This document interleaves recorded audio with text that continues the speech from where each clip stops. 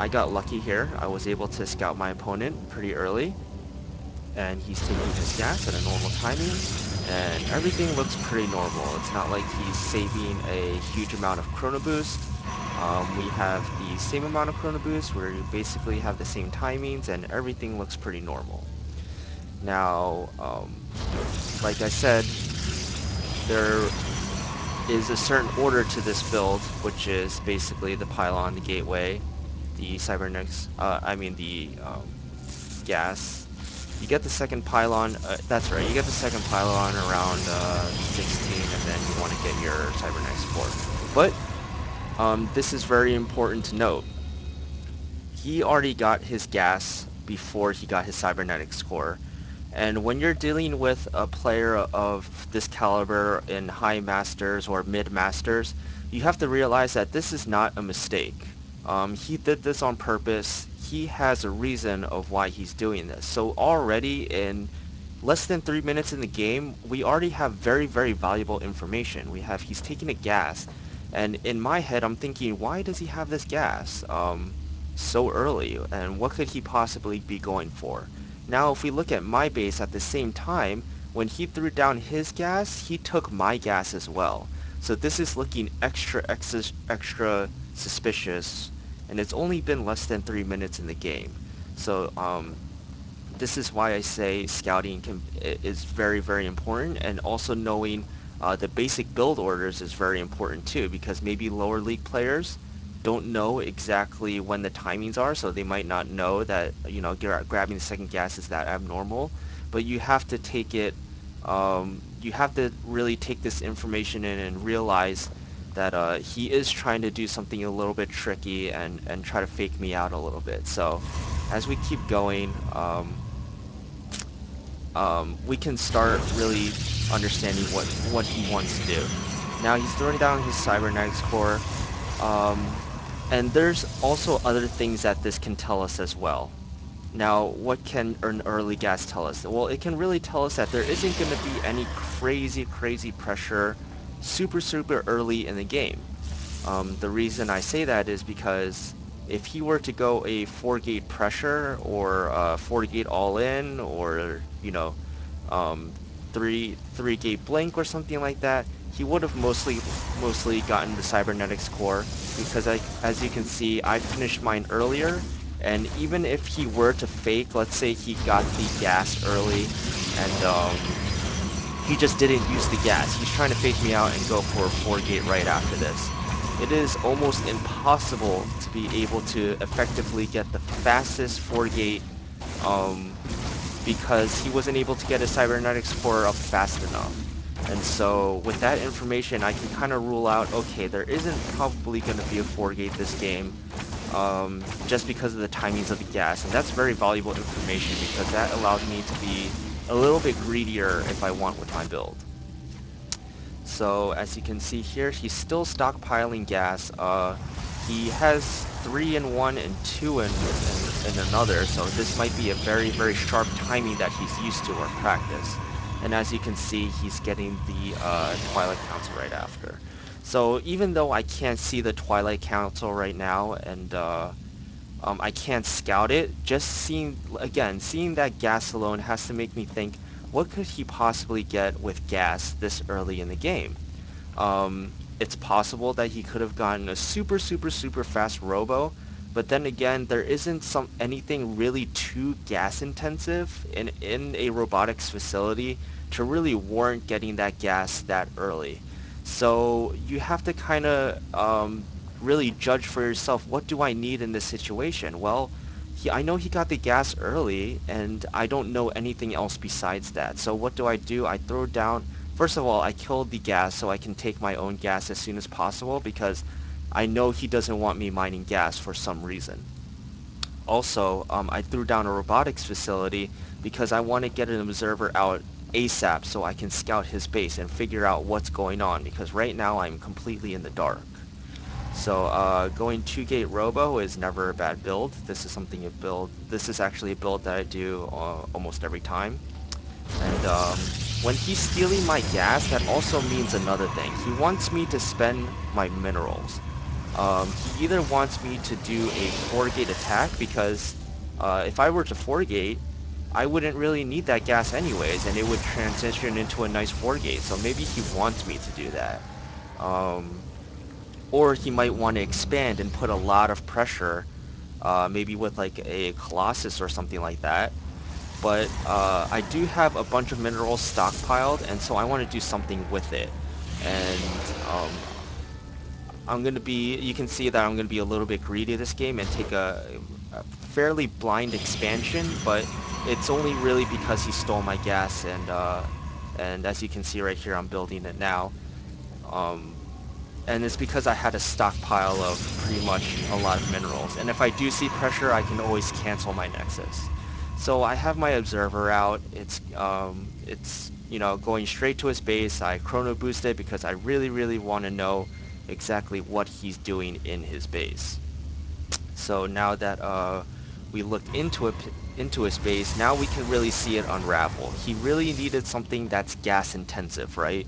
So he went basically straight for DTs. And the reason why DTs and let me tell you right now, before anything really happened, um, I already fished out that he was probably going to go DTs with the minimal information that I have.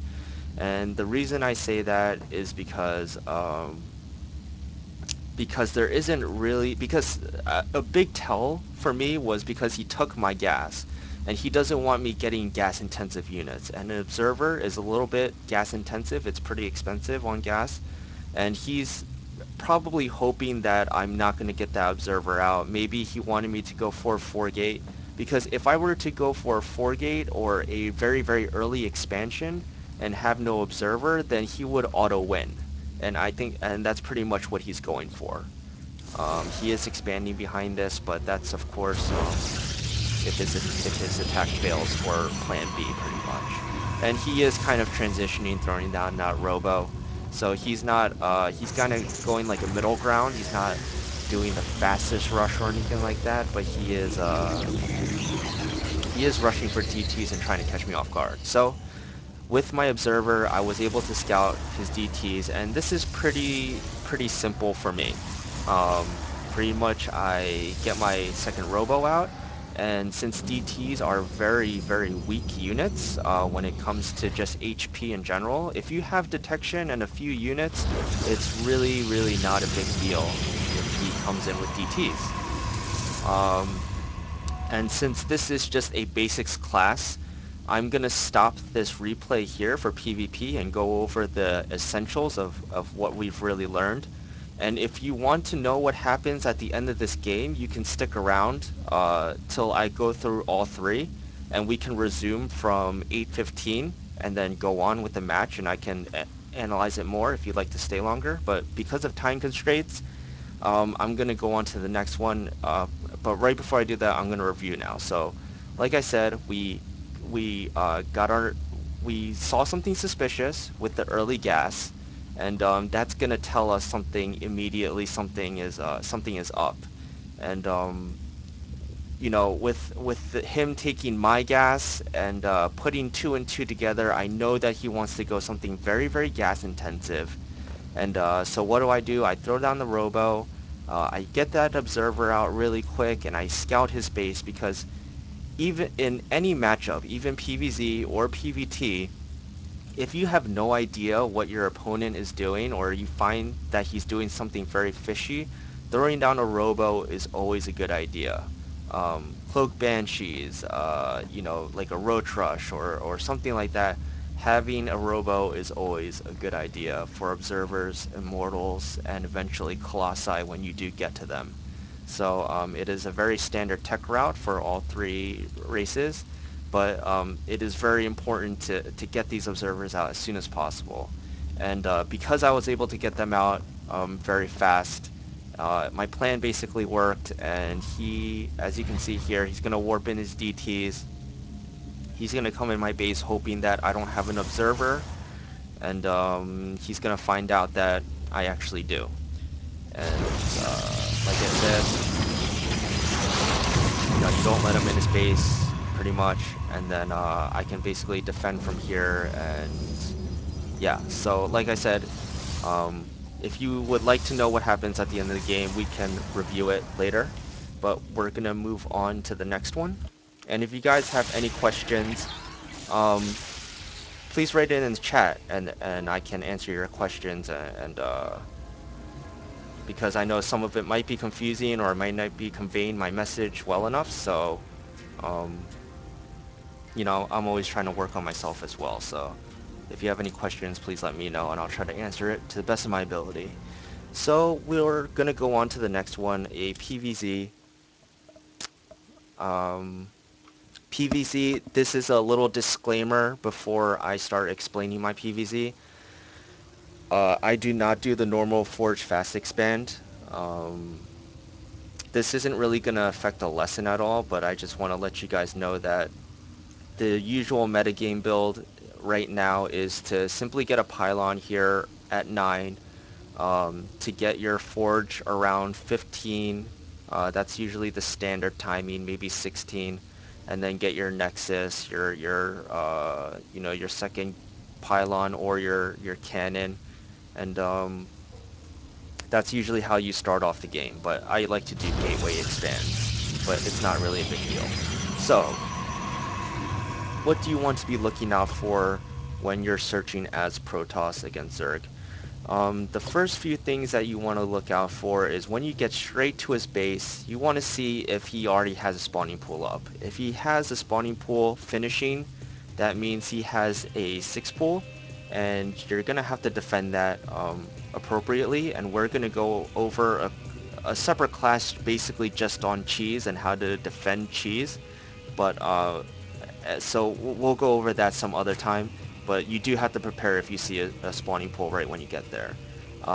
As you can see here, he does not have any spawning pools. He has normal drone count, and he's getting his spawning pool at 14, which is normal. Normal spawning pool times are around 12 to 14, so if you do see it at 12 to 14, you don't have to worry too much. If you see a earlier um, if you see a earlier spawning pool before that, then you might want to start thinking about modifying your build. But as of right now, everything looks normal.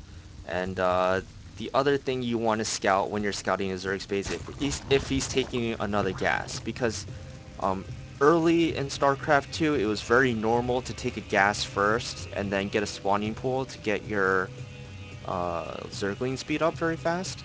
But in the current metagame, it's very common not to get the gases at all, actually.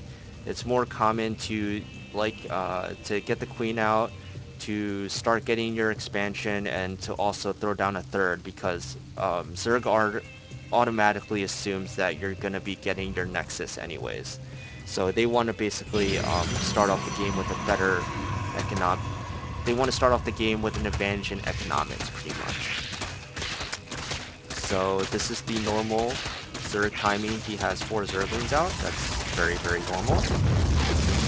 And he's taking his expansion. I am checking over here to make sure if he's going to build a third expansion. But I do see the Zerglings, so I just saved that probe. But the thing is, you have to be able to check as a Protoss if he's taking that third expansion. This is another thing that you have to look out for. If he's not building, you can see my probe here is making sure that he's building one at his natural at least. Um, and he's going to come back here to see if there's a third. And right now I don't see a third, and right now, as you can see in my opponent's base, he's getting double gas. This is very unusual. But I don't know this yet, really. So as we keep playing the game, we'll look at my vision. And as you can see, unfortunately, I am not able to scout the gases. So if we stop the game right now and we look at my vision, what do I know right now? I know that he got a regular spawning pool timing. I know that he has his natural and it's been building a little bit, but there's one missing link. I don't know if he built this third or not.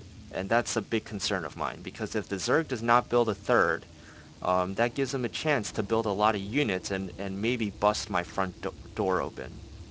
So, we're going to keep playing this game. And as you can see, he's doing something very unusual. He's getting two gases and mining from them immediately, and this is not normal play. So we're looking at in front of my base. We have the two zealots, and I'm sending one to specifically scout for this third. And and this is when you have to really change up your play. So if you see the third, you can assume that it's going to go into a standard game. You know, I can start getting my probes out. I can start chrono boosting my probes out because I know if he has a third, there can't be that much pressure if even if he does try to pressure because he's been spending so much money on hatcheries. So right now I immediately know, okay, he doesn't have a third. That's weird. So what do I start doing? I want to you have to prepare for a couple things if he doesn't have his third. You have to prepare for a Ling Bling all in. You have to prepare for a Roach all in. And you have to prepare for very fast mutas because that's still a possibility too. Um, those are the three main pushes that a Zerg usually does. And you're going to see this game that um, this guy got a little bit creative and he didn't actually go through any of them. But even though that he didn't choose any of those tech routes, uh, my defense is still okay enough for me to hold it off eventually.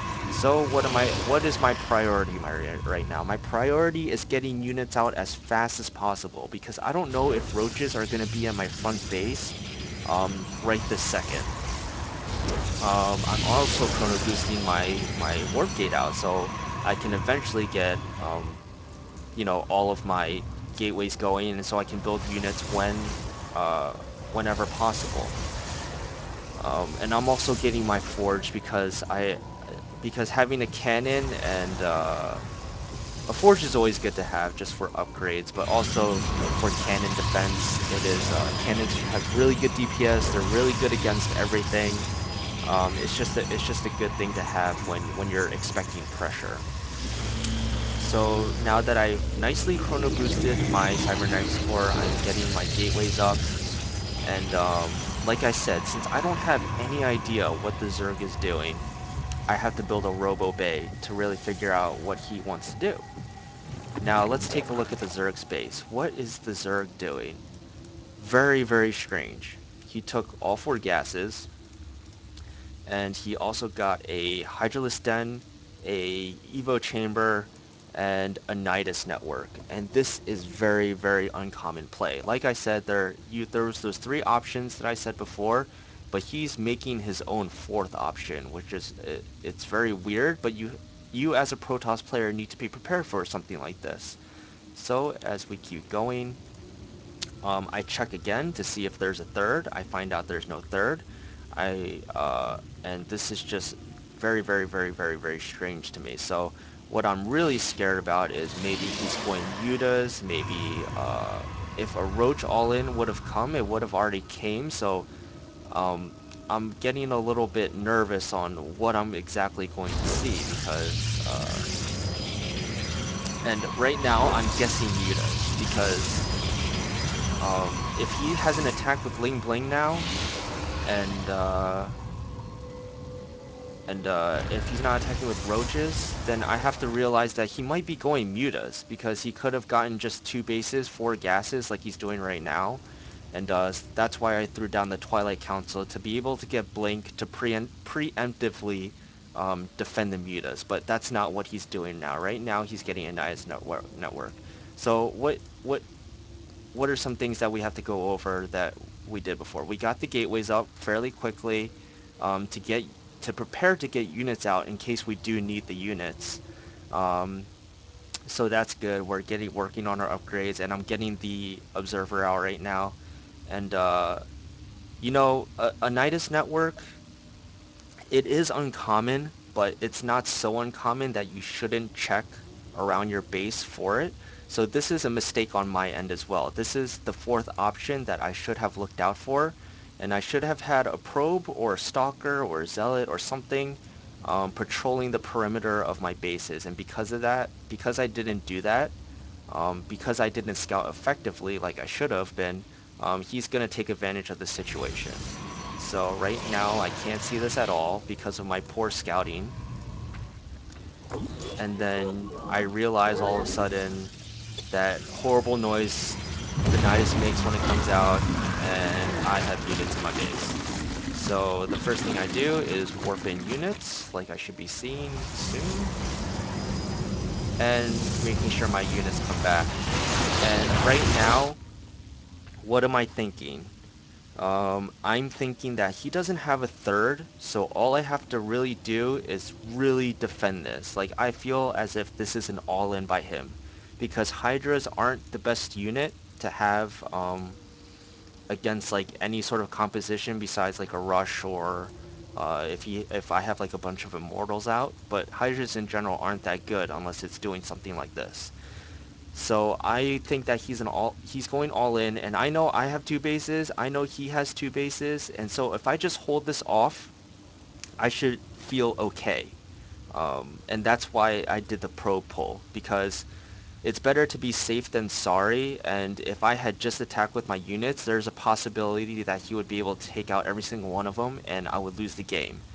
Even if he kills some probes here, I might be behind, but at least I'm not dead. And that's a very important concept to have. Even if you have to take losses, you have to realize that it's better than being dead, pretty much. So, some decent force fields. My probes get a little ahead of themselves. He's taking out a good amount, and I just want to push this back really badly. So I'm really pressing the issue. I sacrificed a good amount of probes to be able to do this, and I was able to carry all this pressure. So, like I said, if I had scouted a little bit better, this pressure would have done literally nothing. He would have been stuck on two bases with a really crappy tech route, and I would have been fine. But it turns out that he was able to kill a good amount of harvesters. And like I said, if you want to know what happens at the end of this game, this is at the 10-minute mark, so I will go back if you are interested, and we can finish up the game, and I can do the rest of the analysis. But for time's sake, we will be going to a PVT instead. How many centuries do you get in a one gate expo? Are you talking about in PVZ or PvP? Which one are you talking about? If you're talking about PvP, I get 2 centuries, and then if he's putting pressure on, I build more. And if it's PvZ you're talking about, then I usually only get 1 century in the front, and then my warp gates usually finish before I warp in anymore. But if I know pressure is coming, I'll chrono out a second century just in case. So that is how I would handle that. So we will go into PvT now.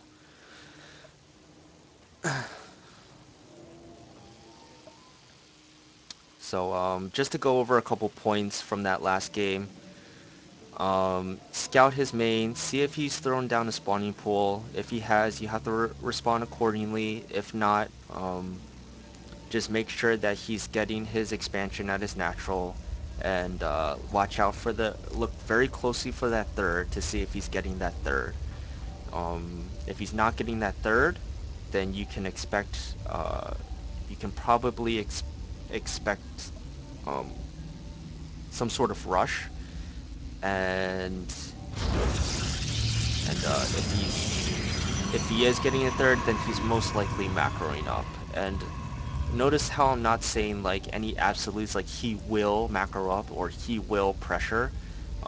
Everything is taken into account, and you can never say that he's definitely going to do something just because he did something.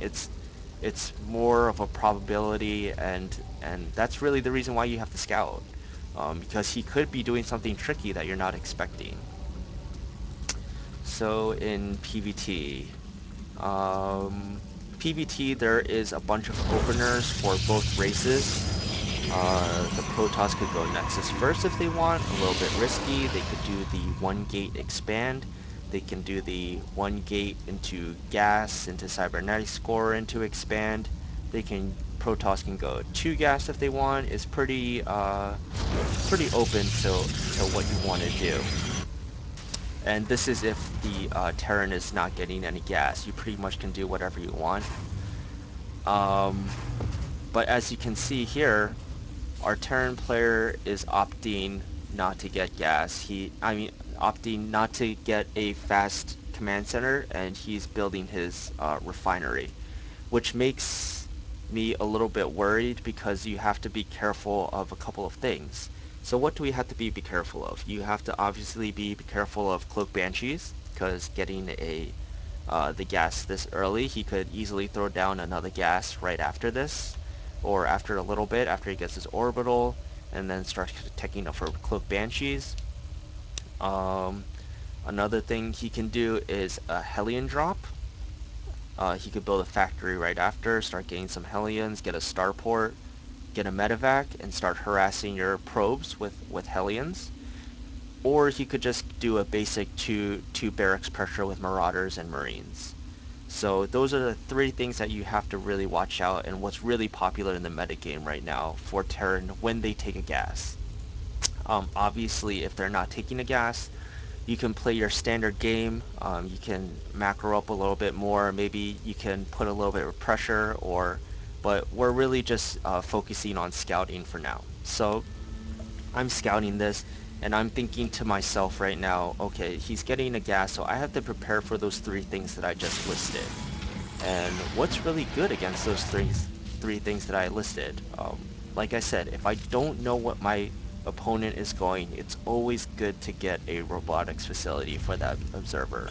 And it's really that simple, pretty much. And as you can see here, he's opting to do that 2 barracks push with Marines and uh, and Marauders. So he is choosing that route.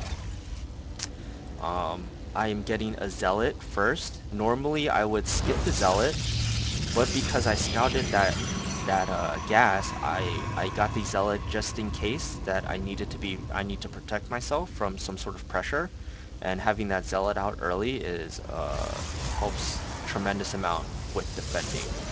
I'm also getting my second gas because I know I might be on one base for a little bit, and it's good to have that gas to be able to tech up normally, because if he is doing some sort of crazy pressure, I don't want to have a trillion minerals with no gas and I can't even expand or anything like that. I'm just going to be limited. So I want to be able to tech up.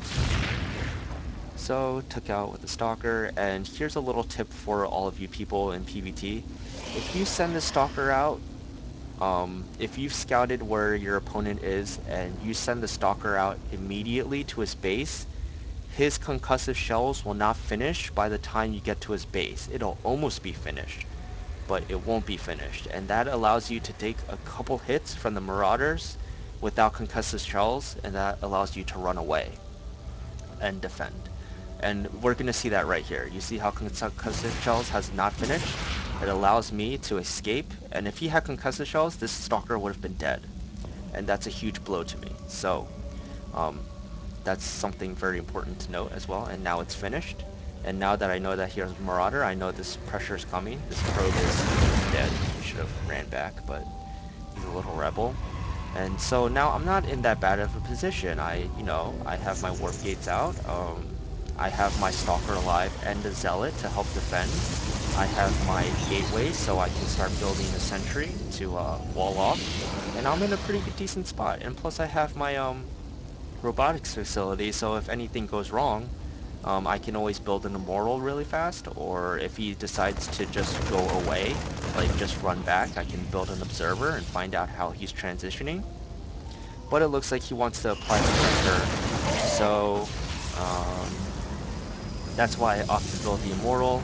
I'm getting my second sentry out, and as you can see here, he really can't do anything. He's just trying to pressure. And this is pretty much just a very, very solid defense on my end. With 2 gates and a robo, I'm able to get enough units out, and this threat is pretty much over. And even though Um, Even though he has his command center up, it still took away. It's still not as effective as if he would have gone, command center first instead of getting all those units out. So I'm not exactly too far behind. And plus, I have Chrono Boost on my Nexus, so I should be able to get probes out. But then again, he's probably going to be double SAVing right now, so um, yeah, I think I could have thrown down that Nexus a little bit faster, but like I said, I'm not in a very bad position. And just to let you guys know, this my normal build is usually a DT drop, but I had to modify it a little bit um, because obviously I had to defend and use those resources. So my DT drop is late, but that's okay because I had to defend and I had to use those resources. And as long as I'm not dead, like I said, as long as I'm not dead, I can go ahead and just move on with my game like normal. And because I was able to defend and tech at the same time, you can see that I can really take advantage of this situation. So if we just go forward a little bit, I don't know exactly how much damage I do with this, but yeah, like I said, I was able to defend fairly well, and now it's my turn to hurt his economy or do damage to him. So I don't see any real turrets in sight, so this would do a good amount of damage. There's the engineering bay. And yeah, so that's basically how, I mean, I could go on for the rest of this game, but that's basically what you want to scout for as a Protoss versus Terran. So let's go over a couple of things. What did we do? We scouted his base and then we immediately saw a gas, and that should ring a bell. He is most likely going to be doing some sort of pressure with this gas. Some people, especially in Korea, they like to do like a Reaper expand, and that's why they get the gas, and it's kind of a fake out.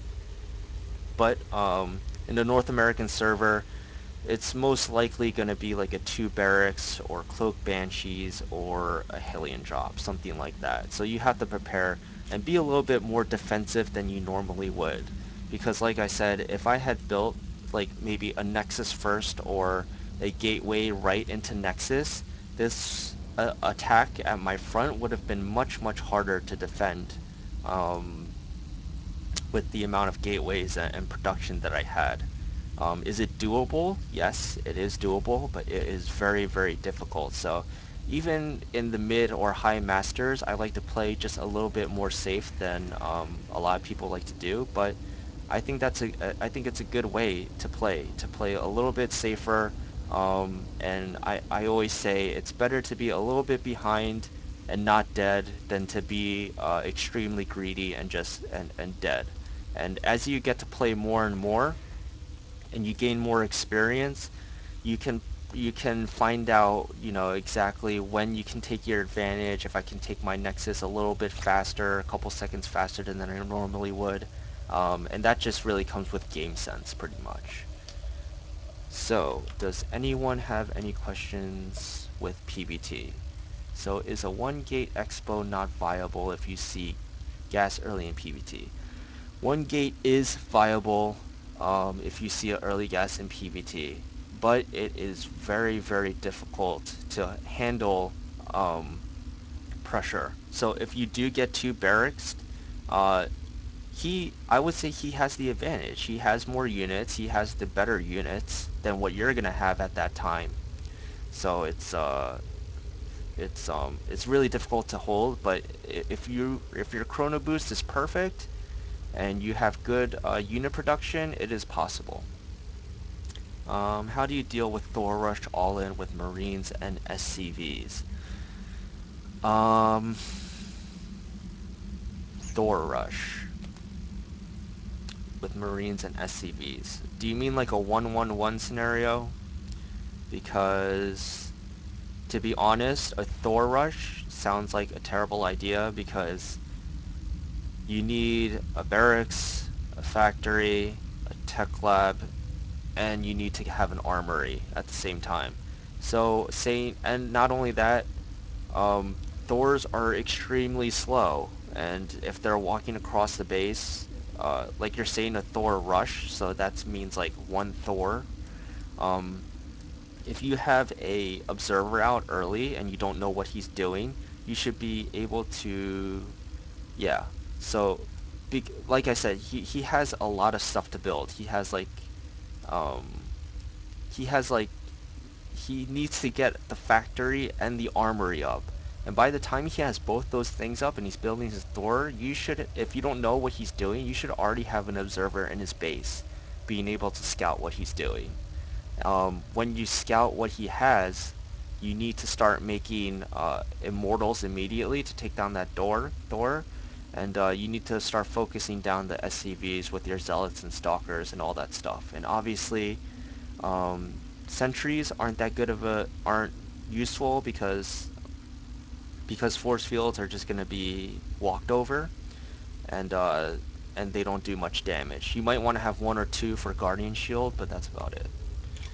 Um, so yeah, so this was about a 40-minute class, and I hopefully you guys learned some stuff about basics of scouting as Protoss against all three races. Does anyone else have any other questions on anything we covered today? And if you don't, does anyone want to see the rest of the games that I was playing? If you do want to see a game, let me know if you want to see the rest of the PvP or the rest of the PvZ or the rest of the PvT. Someone let me know. Alright, cool. Nice. Alright, so I will go for the rest of the... since we're already on the Terran one, um, we can keep going. And this is... Um, since I went through the basics of scouting, this is going to be a little bit more advanced because I'm using some very, very metagame tactics. So as you can see, I opened up with DT drops. It's doing a good amount of damage, and I want to make sure that they're split up so scans can't kill both of them at the same time. Um, and basically, essentially what I'm doing is wasting scans and killing SCVs. So I'm really hurting his economy. Because all of these scans, you can think of them as wasted fuels. He's using these scans to just take out DTs. And look at this, it gets them disoriented. He's not even mining right now, and I can continue with this pressure. And while I'm doing this, what am I thinking at my base? Well, I know that he knows that I have DTs, and what's good against DTs? Obviously ghosts are good against DTs, and they're good against High Templar too. And he's most likely thinking that I'm probably going to get Dark Templar because I already have the Twilight Council, and it's just one building away from getting High Templar, so it's like, why not? But I am sort of metagaming him and throwing down a Robo Bay, and it's basically something to help me defend as well as attack later in the game as well. So I'm getting the Colossus out. I should be getting charged when I have the money or when I can afford it. And I'm basically getting my infrastructure down. I'm getting my upgrades. I'm getting my SCV count, and you can see the SCV count. I'm just kicking his ass in the SCV count. So I'm just all I want to do in this position is just hang back and macro like crazy. So I got my second forge. I'm getting my next nexus, and everything's looking good for me pretty much because I already did the economic damage in his base. So he's going for a late Banshee cloak, kind of a desperation move because he knows that he's behind, and so he needs to do some sort of damage to warrant what I've done to him. So that's why he's not really going for medevacs right now. He's going for cloak banshees, and if we go a little bit further, and like I said, if you don't know exactly what he's going for, it's always good to have an observer out. And I wasn't expecting cloak banshees after all this, you know what I mean? But it's something that he did, and I was ready for it. I built a robo, and I got my observer out, so it's all good. Good defense by me. Again, still getting the upgrades, keeping my probe count pretty high. And this is what a lot of Terrans complain about. A lot of Terrans complain about all Protoss do is sit back and get upgrades and then they attack. They just 1A. And you know what? It's kind of true. Um, you sit back. I know I'm in a good position because my DT's in the game. And look at what I'm doing. All I'm doing is getting my forge upgrades and sitting back. I'm not trying to attack. I'm not trying to harass anymore because if I waste... DTs are expensive, and I know he has turrets up right now. So it's not smart to attack when you know you're just going to lose them. So you would rather use them for maybe taking the watchtower, maybe building them into Archons if you have to. But right now I'm just looking like I'm in a very, very, very good position. I have a ton of money that I need to be spending better. I have a ton of chrono boosts I need to be spending better. And I need more production facilities pretty much. So a little bit lacking on the macro end, but I'm so far ahead that it doesn't even really matter too much. So I'm going. And also, a really good thing about DTs is that they are probably one of the best things for defending drops. If you have a DT and two zealots at each base, it is extremely hard for a Terran to drop. Because first of all, if they drop with one medevac, they see the two zealots and they're like, okay, I can take out two zealots and then kill his probes. But what they don't realize is the DT is waiting, and as the medevac drops the units, the DTs can kill the units as they drop down. So and also with the zealots at hand, it buffers a little bit so your probes don't die. And zealots are good for doing damage and being durable. So um, that's something that I really don't see enough. I see a lot of people lose to just drop like really, really stupid drop plays, like one medevac or two medevacs that really mess them up. If you have a DT shrine, it's very, very easy to stop, actually.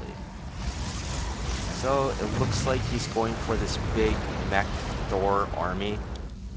And to be completely honest, I was not ready for this. I was not ready for a mech Thor Marine SCV Cloak Banshee mix because that's just a weird composition to face. And I have all these units that, if I could change my units, I would be getting Immortals out. And you can see right now I'm getting Immortal to focus these down.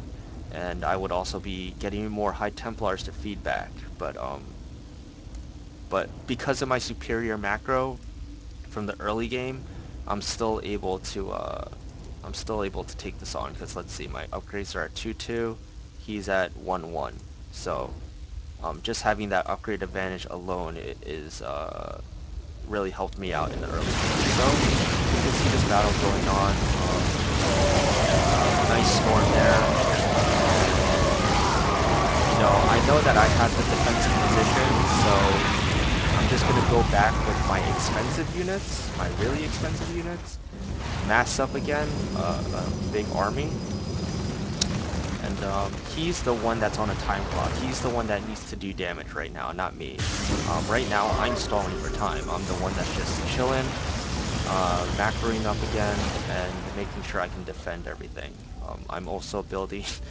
I built these... I usually get Phoenixes out to kill the medevacs, but he's building Thors, so I'm getting Void Rays out, which is pretty rare in PvT. But, um, I know I have good macro. I know that, I'm getting my gateways down. I have a lot of money, so I can spend it all. And this is kind of a stupid, clumsy attack on my end. I mean, I don't really need to attack. Why attack now? But I was feeling pretty confident. So that's basically why I took this one. But normally I would say sit back, wait till you get 200, 300 to roll this army, and then go from there. So he doesn't really have much. It's very, very, very, very hard to remax with mech because they're so damn slow. did a little bit of harassment there. And yeah, so I basically win the game here. He doesn't have much else. And I have 3-3. And he has 1-1-1-1 now. And yeah, like I said, just superior macro pretty much.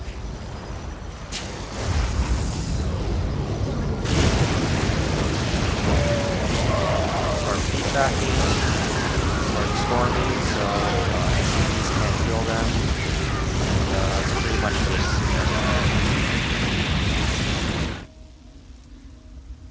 do, do, do.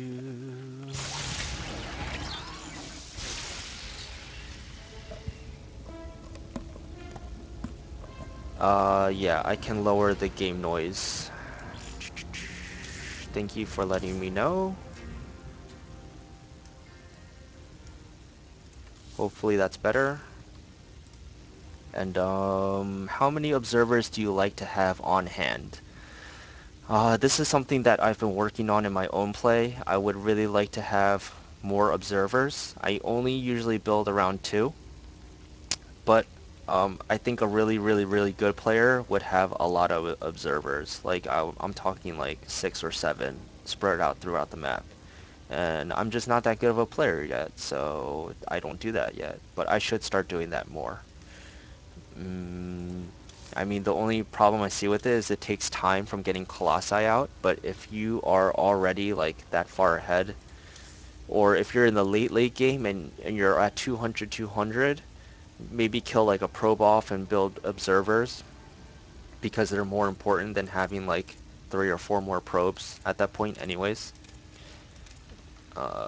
Yeah, so we'll go back to the other, we'll go back to the PvP and see how that ends.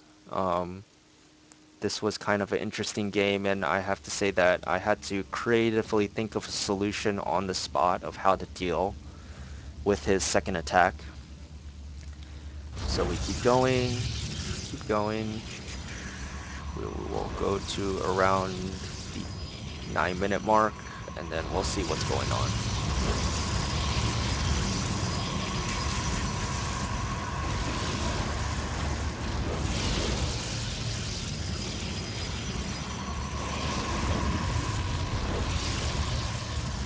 Dun, dun, dun.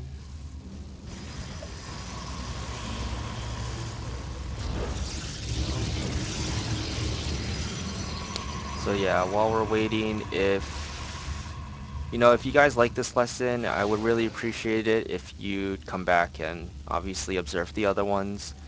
Hopefully we can make this a regular thing. Right now it's going to be Tuesdays and Thursdays at 10 p.m. Unless further noticed.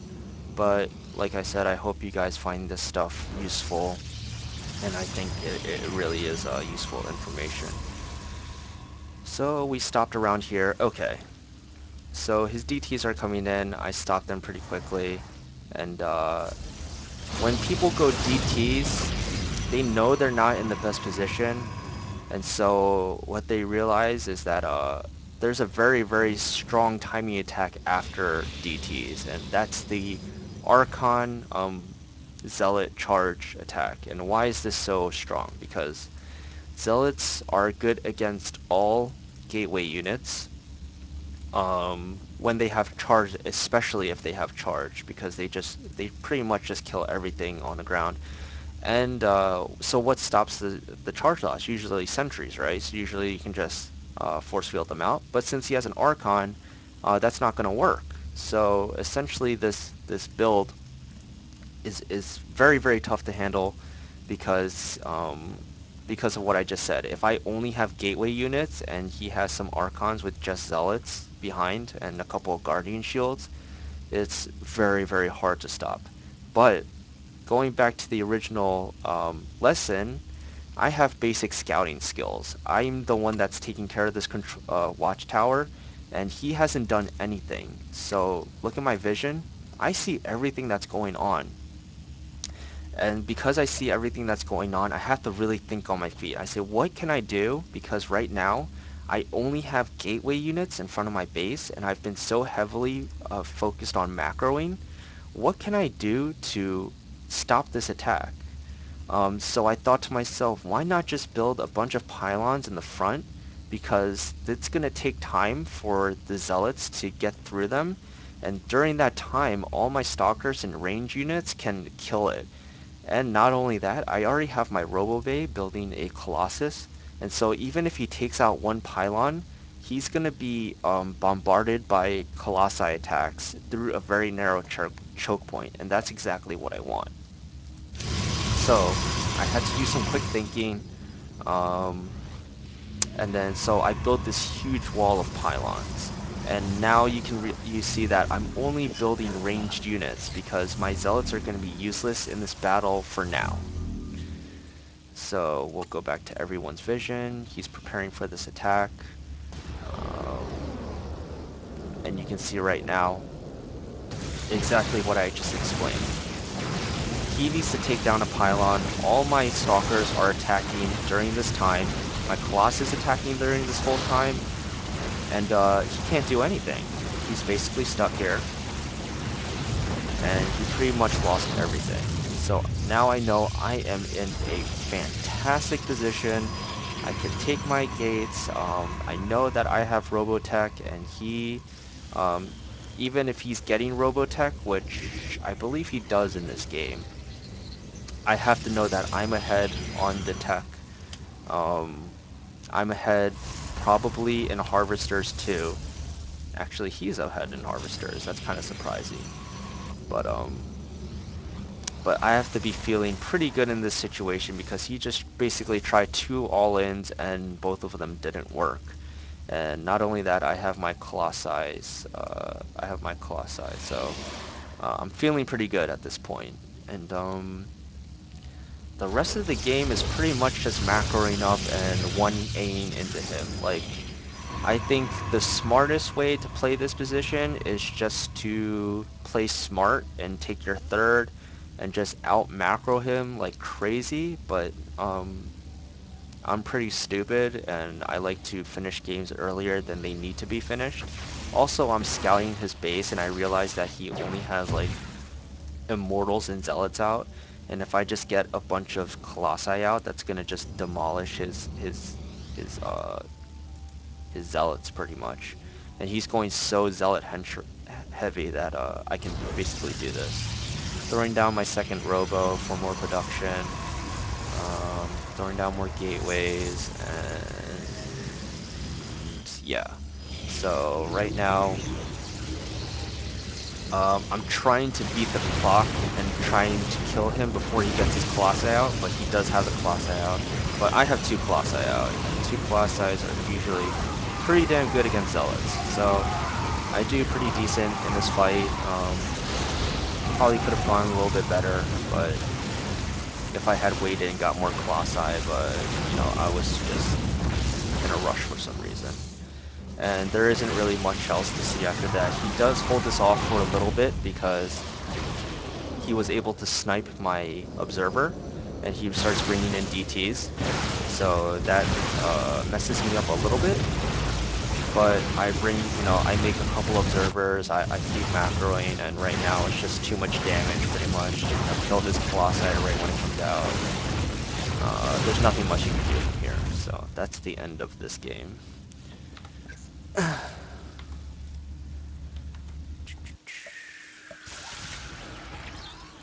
Would you have expanded at the same time if he had not stolen your second gas, assuming his build was the same otherwise?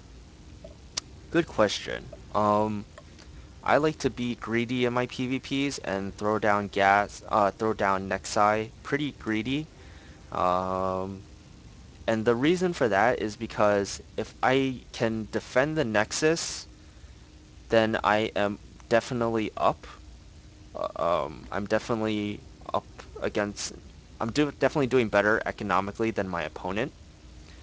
Um, but if he does come with, like, say something with a 4 gate, uh, I can just cancel the Nexus, and the only thing I'm really losing when I cancel the Nexus is 100 minerals. So think of it this way. Is it worth it to take a gamble for 100 minerals to get more further ahead in the game. And my reasoning is I believe it is. Um, I believe that if he comes with a 4 gate and knocks down my Nexus and I just cancel it, even if I don't have a bigger army than him or anything like that, at least I have my tech behind me with the Robo Bay, and and if he tries to expand after a 4 gate or something like that, I can attack him with like a Colossus Rush or something like that because he's gonna have his gateways late. But other than that, yeah. I mean, he was going the 2 gates really fast, so I know that it has to be something like it's most likely not going to be like a Colossus push. So I was pretty sure from the beginning that it was going to be DTs, and that's why I took it really really greedy in that game because I know that if I can defend the DTs, I'm pretty much winning the game.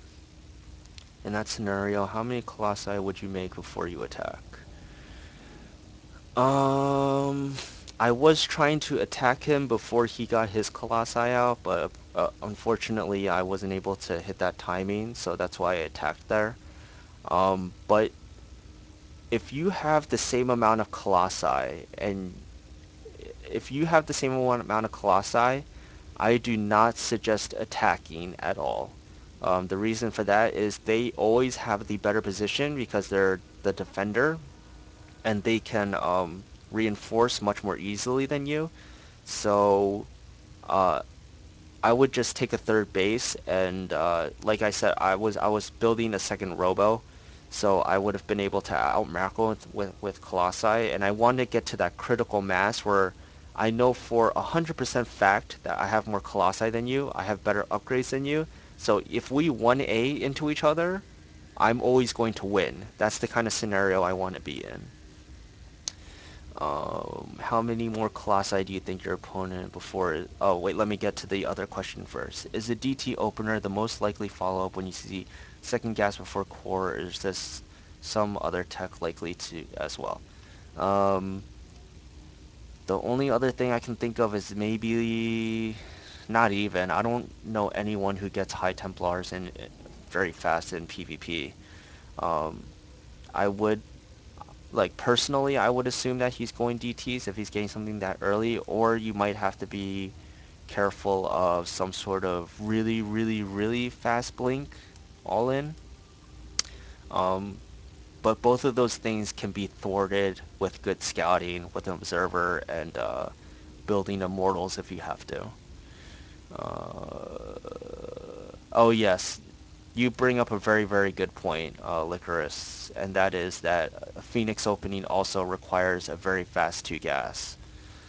So that's something you have to watch out as well. I completely forgot about that, and you're 100% right. That's correct. So you do have to watch out for Phoenix openings as well. Um, how many Colossi than your opponent before it's considered safe to attack? It's always different in every scenario. Like let's say if he goes 4 gate, I defend, and I wanna and he expands. A build I like to do after I defend is go straight into Colossi, build just one Colossi, so I can take down his force fields and kill him. That's like an example of like a very, very strong timing attack where I would only wait for one Colossi in attack. But if you're going into the macro game and both of you have more than one Colossi, it is very, very difficult to assume uh, how many colossi it takes to really take down how many more colossi you need to have to take down your opponent. And the reason I say that is because in PvP, it's all about positioning your colossi. I could have a way better army than my opponent, but if I 1A into a huge concave and he has like way less supply, but he just has good positioning, I'm gonna be screwed. I'm gonna be 100% screwed because his positioning is way better. Like he could have I'm gonna go as far as say like maybe 4 or 5 less colossi if you're maxed, and even if he has the better positioning, he can still take out my army even though I'm up on so many colossi. And that's why positioning is so important in this matchup. So it's kind of a vague question. It's all situational. So if you have, so you can kind of go by this. If you have a lower colossi count, you have to fight for better position and defend. If you have a better colossi count, you can be a little bit more active on the field because you have more colossi, and also, and yeah, you can kind of trap your opponent if you know that you have like way more colossi, and if you have like a really good position outside his base, that's also something that someone can. That's also something like a way to take advantage of an advantage you already have. Because if they had line up a bunch of colossi in front of your choke point, in front of your base, like you're gonna eventually have to move out, and you're gonna have to move out into that colossi ball. After defending 4 gate, when you make the one colossus to push, what would be your army composition then? Yes, heavy zealots and stalkers, and maybe one like 2 or 3 or 4 sentries, depending how many you needed to defend the attack. I don't build any more sentries after that, really. And yeah, you just want to go really heavy zealots and stalkers. That's right. Um, and since you guys have been very nice and watched for this long, it's been a little bit over an hour. I will show you the rest of that PVZ. Also, let you guys know, I like to stream my games live as well. So if you subscribe, you can find out when exactly I'm streaming and check me out and watch my own games too. So that's always something to think about. Um, if you guys have any other questions, let me know, and we can do that while I'm fast forwarding. Da, da, da, da, da.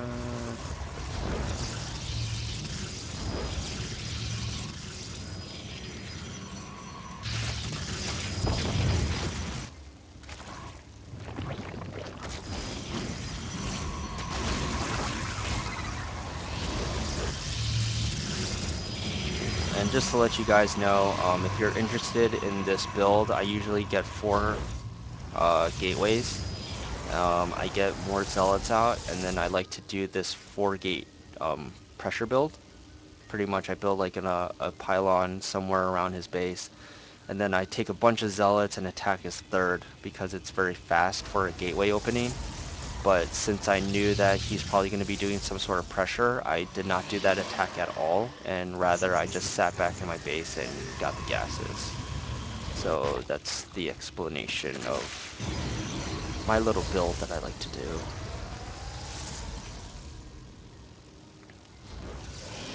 So we're still going, still going. Again, bad scouting from me. I should have units patrolling because this is an option where this can do. I defend. Da, da, da. And I'm okay. So, what am I thinking here? I'm thinking I have 2 bases, you have 2 bases, and you spent a lot of money on gas. So, I know that I'm immune to muta play because you spend so much money on the gas. And what I have to really watch out for is if there's another Nidus Worm in my base for a second attack. Um, and I already know you're going Hydras, so I know my Robotics Bay is going to be very effective against you. All I have to do is really defend. And since I was able to hear this Nidus Worm pop out, it's always a possibility that the opponent is Nidusing outside your base too, because if Hydras come in the front, like over here, they can take down your gateways, they can take down your buildings in the front, and they can just barrel through pretty much. So that's always a possibility too. So that's why I'm coming out here to defend. So it takes him a while to. This is gonna give me more time to get more units out. And let's see here. Yeah. So right now he can't really directly attack into me. So I'm stalling more. I'm stalling for time, and this is gonna allow me to get my Colossus out faster. So he has to walk all the way around, and this is a good, like 20 seconds he has to waste just walking. And he even spends. Does he have two Niduses? I don't know, but he is getting a Nidus here. So yeah. Um, he's wasted so much time, and because he wasted all that time, I was able to get my Colossi out. So, yeah, so that's basically just me stalling for time. I know Hydras have really good range, especially, well, obviously they have good range when they have good upgrades, the range upgrade. So I don't want to go out and try to attack his army straight up. All I want to really do is just sit back and wait for him to come to me. And since I'm losing those two gateways, I'm gonna build two gateways back here so I have enough production. And this is very scary for him because if I force field correctly, I have a Colossi out, and that's not very good for you. So as long as I can micro my Colossi well, I can usually win this battle almost 100% of the time. So um, now I have two Colossi out. He's definitely can attack into this, and he has to take his losses and basically go back. He can't do anything else, and he has to prepare. So now he's taking his third because he realizes he's in a bad spot. He needs to get ahead in some way. And I also know that he is in a really bad spot because he had a lot of Hydralisks in front of my base, and that caused a ton of gas. So I know that he doesn't have much else because Hydras are so expensive. So it's not possible for him to have that many mutas. And even if he was getting a spider right now, it would take him forever to get like a good amount of corruptors or anything that would be really good against my colossi. So I know that I'm pretty far ahead in tech in that regard. But you can see that his supply is better, but I know my army's way better than his. So I'm thinking at this time that I want to do a timing attack because I don't want him to have that time to be able to get those corruptors out in time, because he already knows that I have Colossi out. So it's going to be, if he gets the right amount of corruptors, then my Colossi lead that I have right now is not that significant. So I'm going to just move out now, basically. I'm going to just say pretty much, I have three Colossi out, and my tech is better. And I'm going to try to take advantage of the situation because you only have Hydras out right now. So, he was continuing to drone, all the stuff. And, in this situation, like, expanding isn't bad of an option for me. But I know that I have this timing, and that's why I'm doing this attack. So, attacking attacking right after you've been attacked isn't always the best tactic. It depends on your situation, and I believe that in this situation I would have the advantage if I attacked now rather than macro up later. So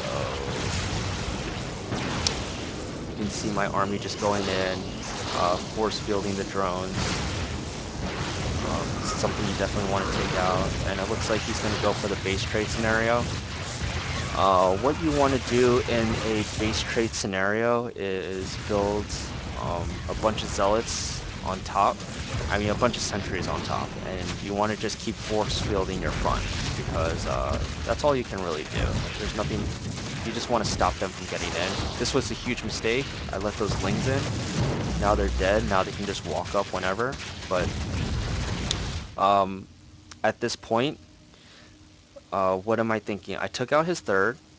I know that he is now stuck on two base again, and I killed a good amount of drones.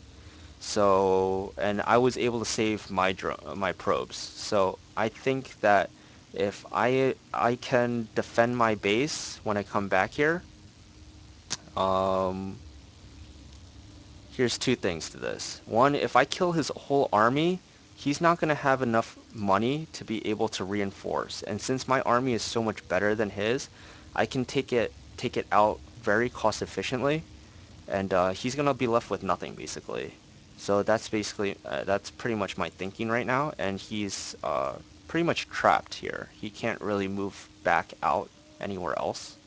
So that's why I decided to move back, and that's why I decided not to just blindly go into his base and start killing his base instead. So this was a huge blunder. He is killing a good amount of my Hydralisk, but I just have way too much, and he didn't micro those crumpers that well.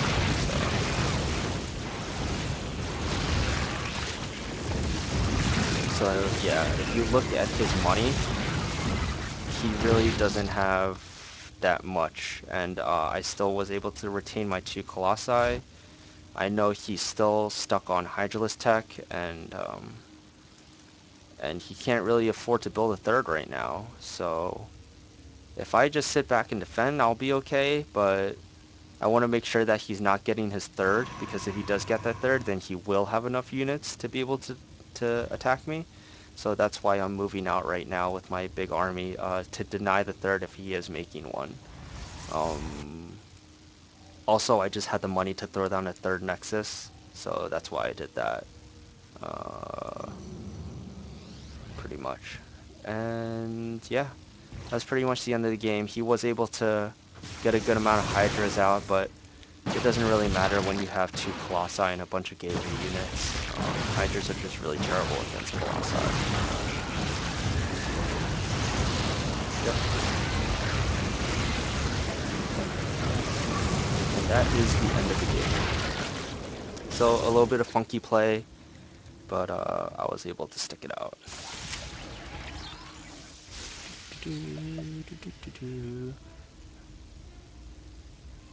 Yes, I do stream under this account, and I do provide commentary as I stream. Mind you that I am not very good at providing commentary as I stream, but if I do it more and more, I am getting better, so I that's something that I need to practice. But yes, I do like to commentate. And if it's a game that I don't understand how I lost, I like to go back and really figure out what I did wrong. Most of the time I don't watch replays because I know throughout the game, like, oh, okay, like I just didn't do this right. I misread this situation wrong. But if there's something that's like really curious on my head, like how the heck did he have that many units at that time, then I'll watch the replay and analyze it myself. So, thank you everyone for coming and listening to this very very informal lecture. But I hope that everyone who watched it found it useful. Um, and yeah, thank you for watching, dude. And also, quick announcement, we are going to have, um, who is it? Complexity Sasquatch, yes. Complexity Sasquatch is going to be doing a lesson for Zerg on Thursday, so if you're interested in that, um, please check it out. It should be at the same time. And I believe that's it for now. And then next week, I'm going to have another Protoss player. Yeah, the next Protoss lesson is going to be next week at 10 o'clock by not myself. It's going to be by a Protoss player named Gemini. He is, I can tell you that we've played one-on-one. He's a better player than I am, so you can rest assured that he's a really good player to learn from.